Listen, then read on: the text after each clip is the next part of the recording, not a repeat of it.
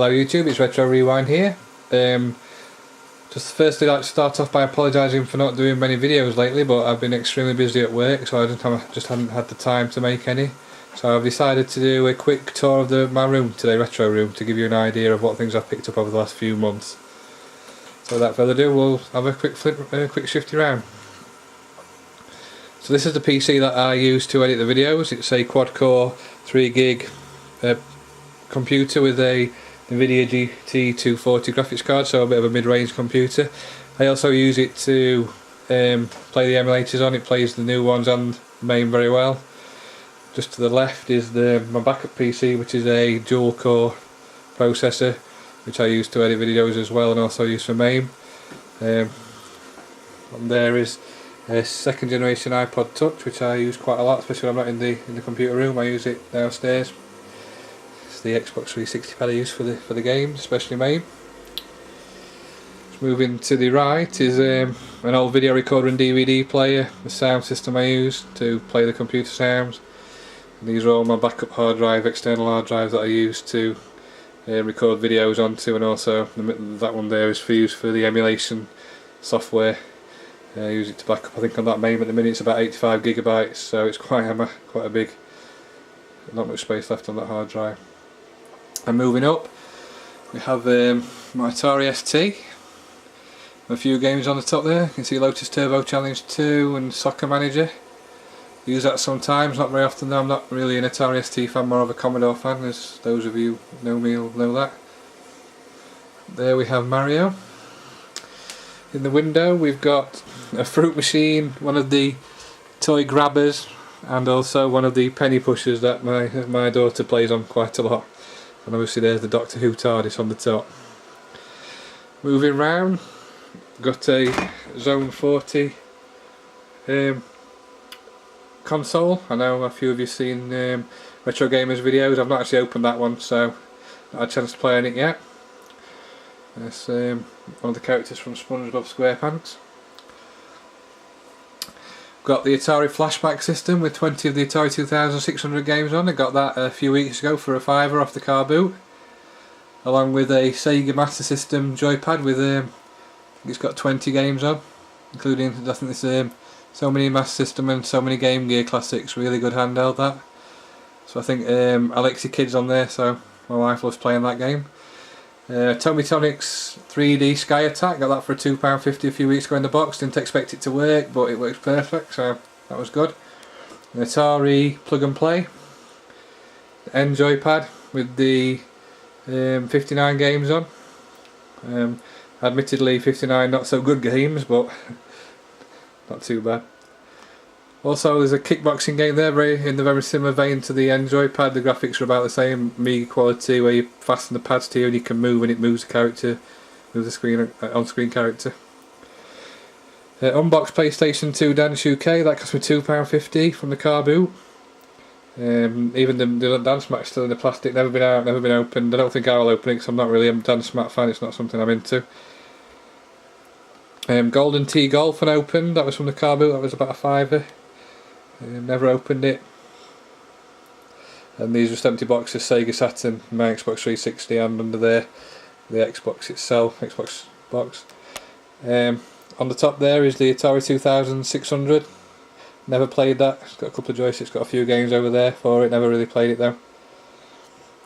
The Mega Drive Plug and Play TV, that's got 6 games on it with one pad.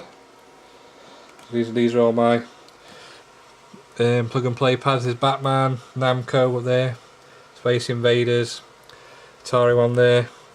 There's the Intellivision one, the Master System one. This is an interesting one, it's the Commodore 64 one. It's based on a Competition Pro joystick. I think there's 30 games on there, including the Pole Position clone, which I forgot which the moment escapes me, but it's really good. Moving down to my handheld systems, I've got a Game Gear, a Game Boy Advance SP, original Game Boy, Game Boy Color, Game Boy Advance, the big one. Moving down here, another Zone type clone with 7 sports games on. I think that was the early one before Zone 40 came out.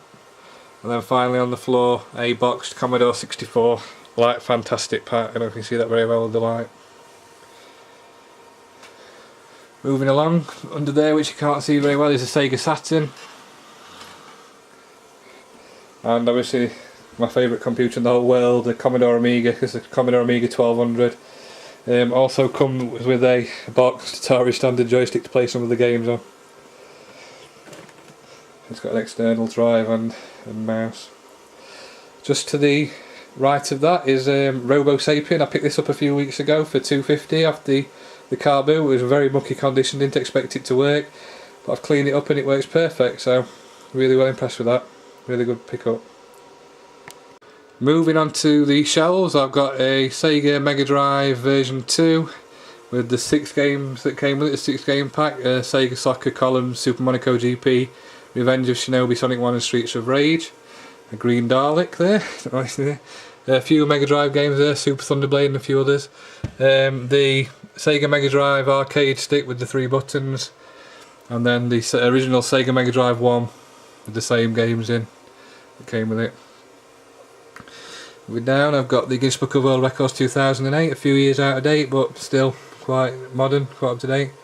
Some Atari 2600 games there, Pac-Man. My Xbox games, including our Midway Arcade Treasures out on 2, Capcom Classics, Atari Anthology, which is really good. A lot of retro stuff there. Pink Game Boy, Pink DS Lite. They only had pink in stock, so that's the reason why it's pink. Another Game Boy Color there, one I play on most. And at the back there, some Sega Saturn games, Sega Rally, Virtua Fighter. Moving down, we've got a Commodore Amiga 600, which I don't really go on that much because obviously the 1200's out, but I do like it. I'm hoping to get an A500 or an A500 Plus to add to the collection. SingStar mics are going for the PS2 and Buzz, with a few Buzz games there for the PS2. A few videos down there, a lot of Christmas videos, Star Trek videos, a few Game Boy games there, and Sega, the Game Gear games at the back. Moving down, got a PlayStation 1 with Gran Turismo and a few games, Tekken 2, Destruction Derby 2, Tekken 3, GTA 2, Super Nintendo with Star Wing and PJ Tour Golf. I'm just moving down here, put that out of the way. A Nintendo 64 with Wave Race and Super Mario 64 down there. There's boxes for the handhelds, and also a Super Scope, Nintendo 6 Super Scope, which cost me £3, and I thought, £3, is it going to work? And it works perfect. So it's even got the game inside as well. So I was well pleased with that. One thing I did forget to mention, I've got a Tournament 2 Deluxe Electronic TV game there in the box. Basically the Pong game, and also there I've got Toadstool from the Mario games and George from Rainbow up there. Moving across, I've got the Jaguar racing wheel for the PS2. Picked that up from a garage sale on the way to Skegness. Cost me £2.60, I think it was, £2.50 or £2.60. Works in good condition, clean condition, works well. In the box at the bottom I've got a GameCube and a spare PS1, both of those are spare, I've already got the systems out at the moment. There's my daughter's PC games, children's games, more daughters again. A few PC games there, Command & Conquer 3, Dragon Lair 3, Command & Conquer Generals. Some more PC and some interesting ones there, some 17-bit collection for the Commodore Amiga. And play those on WinUAE because it has got support for CD, so I put those in there and play all those as well, the public domain ones. And there we got Spectrum Classics as well. As you can see, I'm a big fan of the emulators. Moving up, there's a PlayStation 2 collection games. Ones that you probably already know: Sega Classics, SNK Arcade Classics, Tasio Legends, and at the end, my Xbox 360. Not many of those, but I don't really play it that much. But then you can see the Sega Mega Drive collection. So, just moving up a bit, and we've got a Nintendo GameCube with a few games there. One of my favourite games, Burnout, quite like that. Oh, it's good. I'm moving over. I've got a Sega Dreamcast. I haven't got many games for that at the moment, but I'm looking to pick some up.